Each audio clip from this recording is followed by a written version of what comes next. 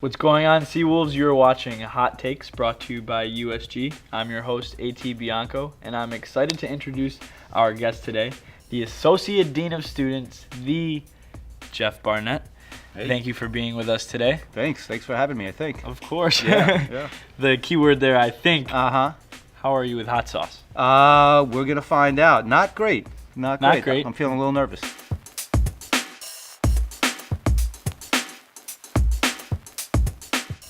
We'll Cheers. click them. Cheers. All right.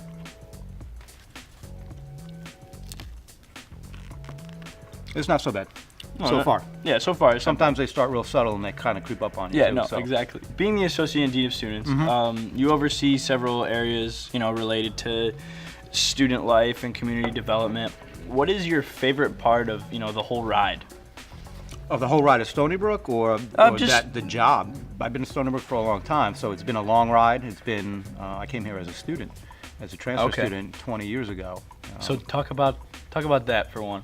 I did a freshman year at Binghamton and then said, I'm not sure I'm liking this place so much. So found my way down to Stony Brook, came to the Honors College here, lived in Langmuir my first year, and immediately felt like Stony Brook is home. Don't know what it was. I know it was the people, the interaction. It felt a lot more like where I came from, where I grew up.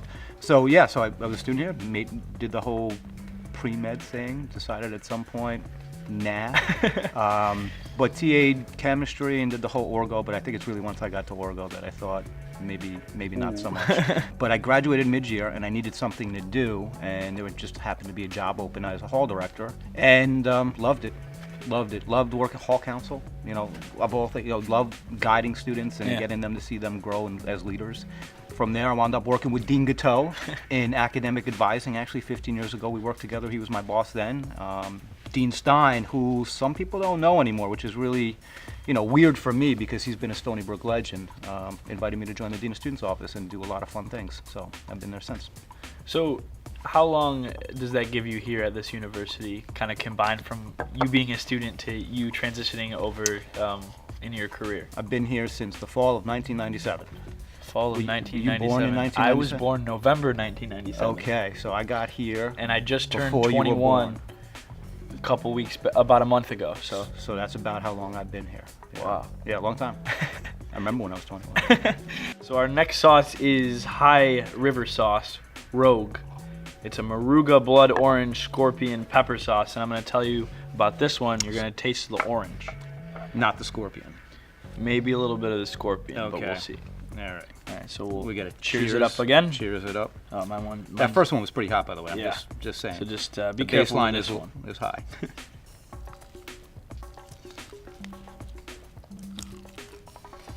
So you're a two-hand wing holder, you were saying before. I am a two-hand wing holder. Yeah. And you like the control. Yeah, because it gets a little slippery. Yeah, I'm gonna interview you now. Okay. So, being around students, campus events, what's your favorite campus event that you've seen in your 20 plus years here at Stony Brook? There's so many good ones. But if you're gonna go with the quintessential sort of like biggest tradition at Stony Brook, I love them all. I love the Roth Regatta, especially. I think some of the best traditions on colleges come from students, born out of the brilliant minds of students. And Regatta was. They had a crazy idea of let's just build some boats out of cardboard and duct tape and race them across Roth Pond. I mean, the designs are. I've seen Batmobiles, boxing rings. My favorite boat was the guy who took an empty pizza box, duct taped it to his chest, and swam across the pond. So that was. Did he win? No. He lost. What is it like advising USG? Whether it's for something like Roth Regatta or something like Brookfest or Back to the Brook, concerts. I'm just so amazed and impressed that you've got student leaders that are running a $3.7 million organization. I'm not responsible for that much money somewhere. What's really interesting is seeing the different priorities that students have over the years and how they want to be inventive and kind of build upon traditions, create new traditions. This is a new tradition. I love this. This is great. Thank you. And there might be a next generation of USG and other students that kind of want to carry this forward. But I could see this one kind of sticking around. So I like that inventiveness and that creativity. Students are so much more creative than everybody else. So how you doing? You need milk? Oh, I mean, okay. I could take a little break, of course.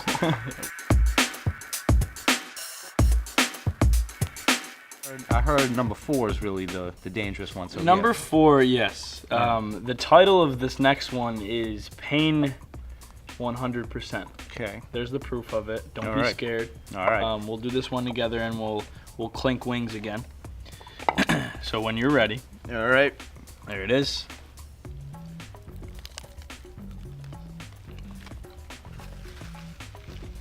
So this one kind of catches up on you a little bit.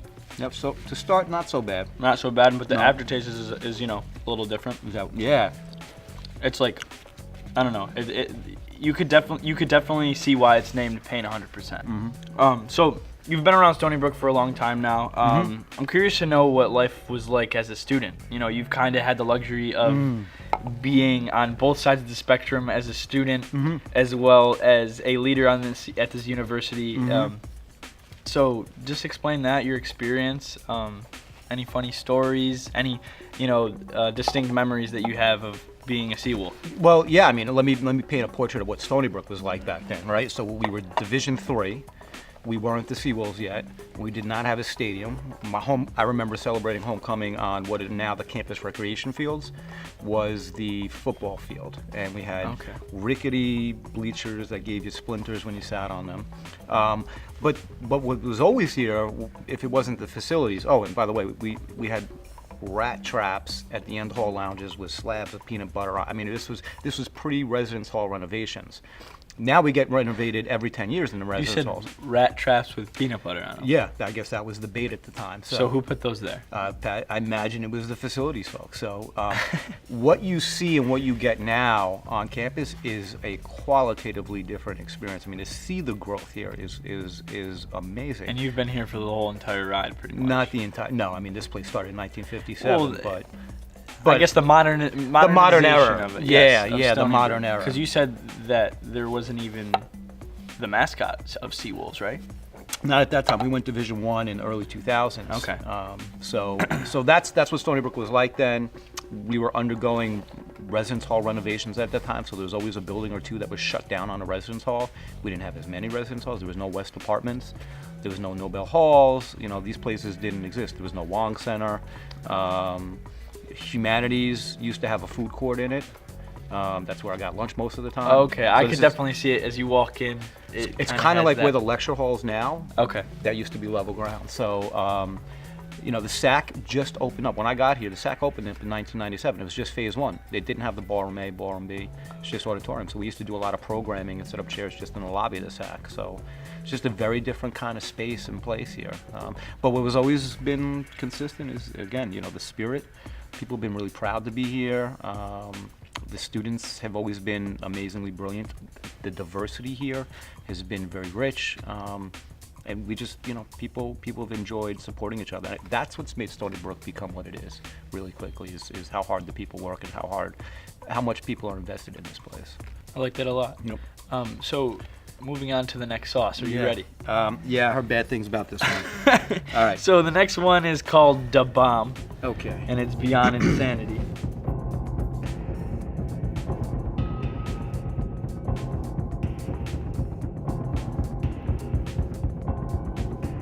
All right. Cheers. You ready? Cheers. Yep. Are you ready? No.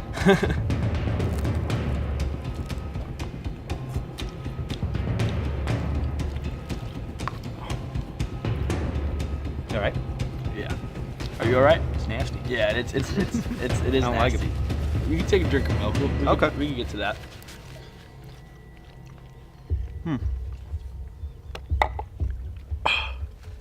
That's when it goes down. Oh, is it? Yeah. Oh. Yeah. Yeah. Yeah. Oh. Isn't it brutal? Yeah. It's just like, yeah. It's like screeching nails on a chalkboard. Like that's what it Wow. feels like. Yeah. So you advise many students. I know we're struggling here, but you advise many students. You have children. I do. What's it like being a father and kind of comparing that to working with students? And Just reaching down for the oh, milk. definitely. That's- Let's pour you another glass. Whoa. What was the question? We always Something about whenever kids. something about kids. You advise many students, like I said. You have kids. What's it like being a father? Do you have any good dad stories? Like compare that to your job, and how does that help you? Whoa. That's serious. Yeah. Number 5 is hotter than that. Yeah, it's the transition. It's the transition for sure. The combination of all 5. Man, that's tough right there. So, Kids. obviously, the story of your daughter being born brings tears to your eyes. Sure do, So, continue about talking about that. So I describe it as there being a new center to your world. Okay. So you go through life thinking the world revolves around you, right? We're center and we're looking out to the world. Suddenly, you're responsible for this life. You're on the side now. It's all about this child. They're the center of life now for you as a parent, anyway. So I mean that's pretty profound. Like it's only the experience of having kids that you come across experience and You can only know what it feels like if Right. you have a child of your own. Yeah. Thanks for getting those words Of out. course, I'm of struggling. course. The weirdest part is seeing me in them, or my wife in them. Like it's the things that the ways that you think about things. Like they think about it that way too. Or temperaments is another big thing. So, are you ready for our last sauce? I don't know. All right. We've been stalling a little bit by talking. A little bit.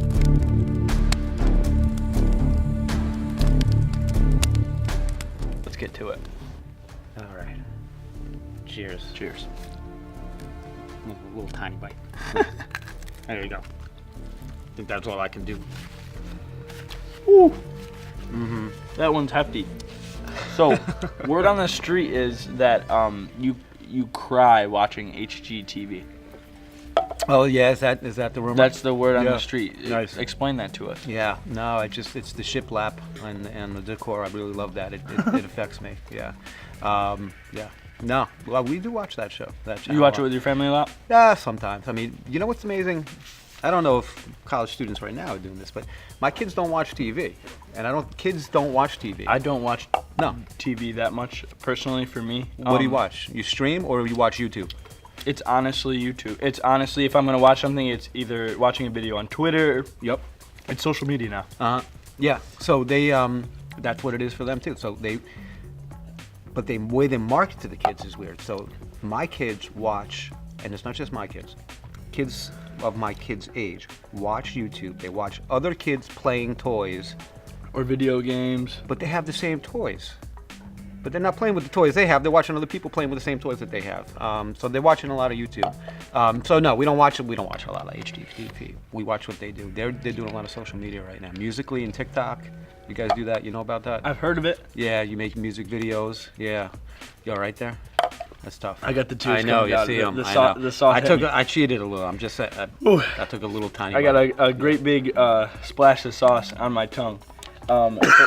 And that might be his Yep. right there. Yep. But honestly, we made it through all 5 of the sauces. Congratulations. And congratulations to you. Thank you Thanks. for being here with us Thanks, today. yeah. This was a lot of fun and very hot. Yes, spicy. For the both of us. Yes. So this concludes our episode of Hot Takes with USG. I'm your host, AT Bianco. Jeff Barnett here with us. Thank you for being with us. Thanks. Be tuned in for us other episodes on whether it's Instagram or Facebook. Thank you for watching. All right. Holy crap. That one I was, wanted you to ask about the hibachi. that one was hefty. Hey, what's up, Seawolves? Thanks for watching that last episode. If you want to see more episodes, check us out on our YouTube channel at SBUSG. Thanks for watching.